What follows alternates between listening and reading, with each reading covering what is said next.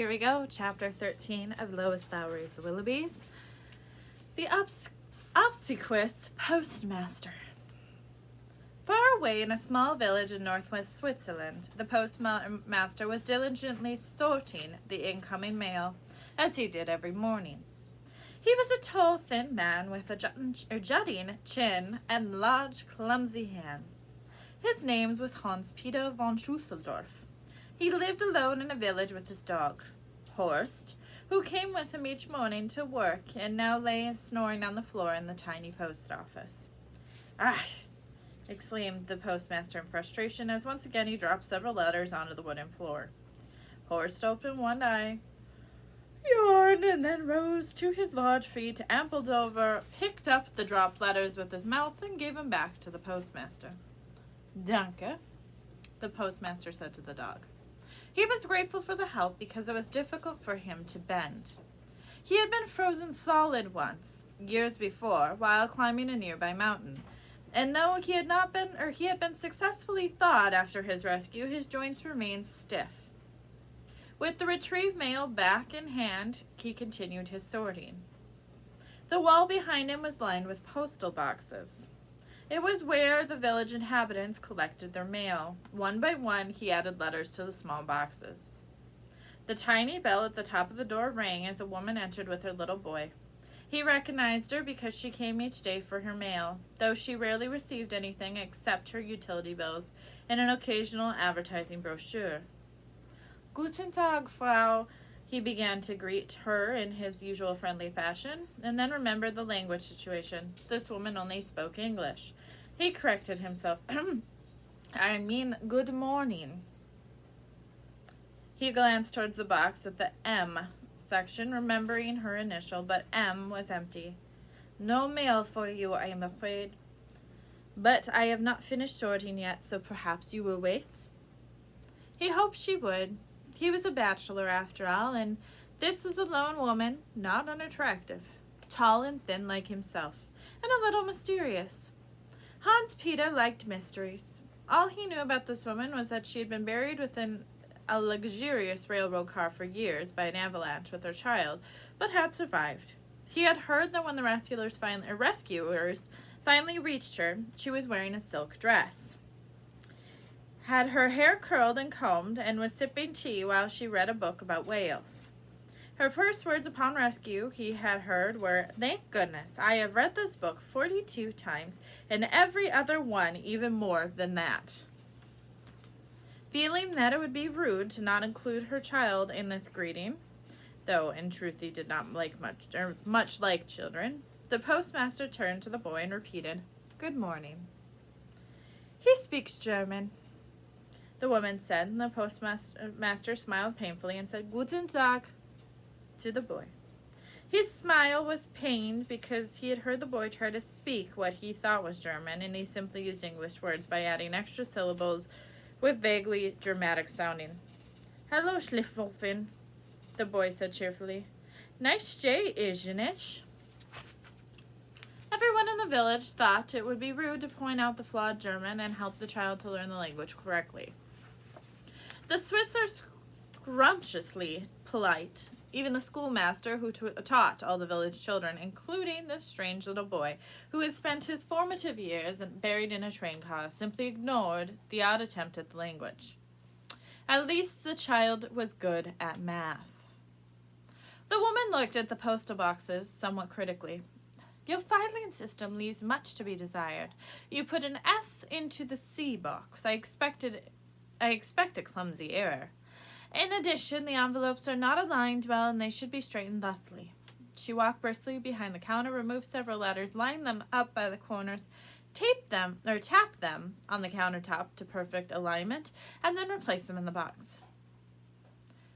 "I can certainly see the difference, madam," the postmaster said. "Thank you."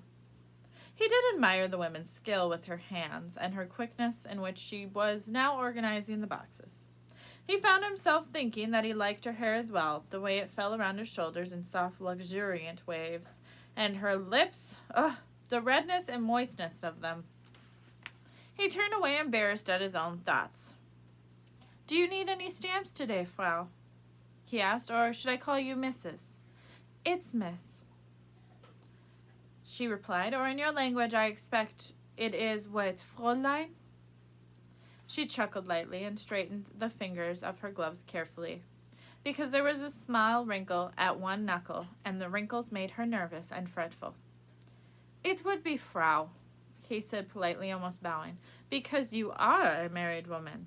His heart almost broke as he said those words, if only.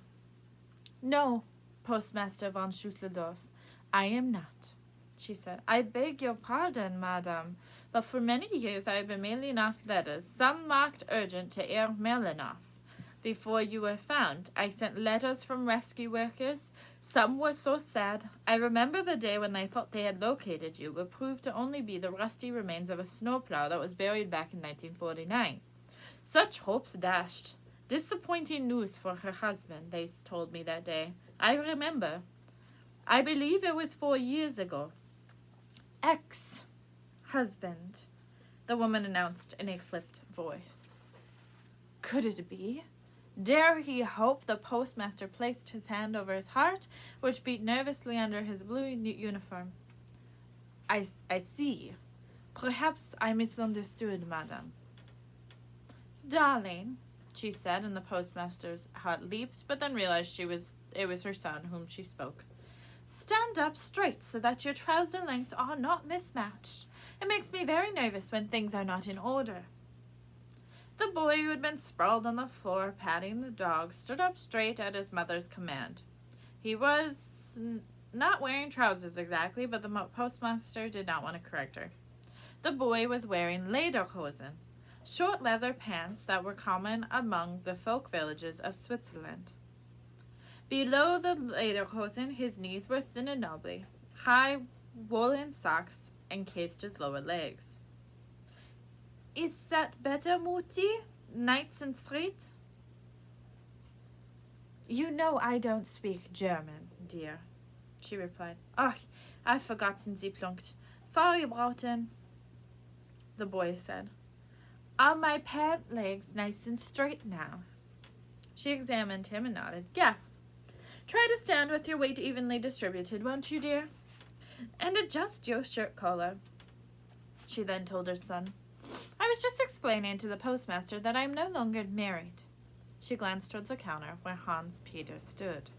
After all these years of no reply from my boy's father, dear Herr von Schusseldorf. And who knows that better than you? Such a long-lasting silence from Commander Melinoff. Your kindly Swiss laws have allowed me to resume my single status. And so?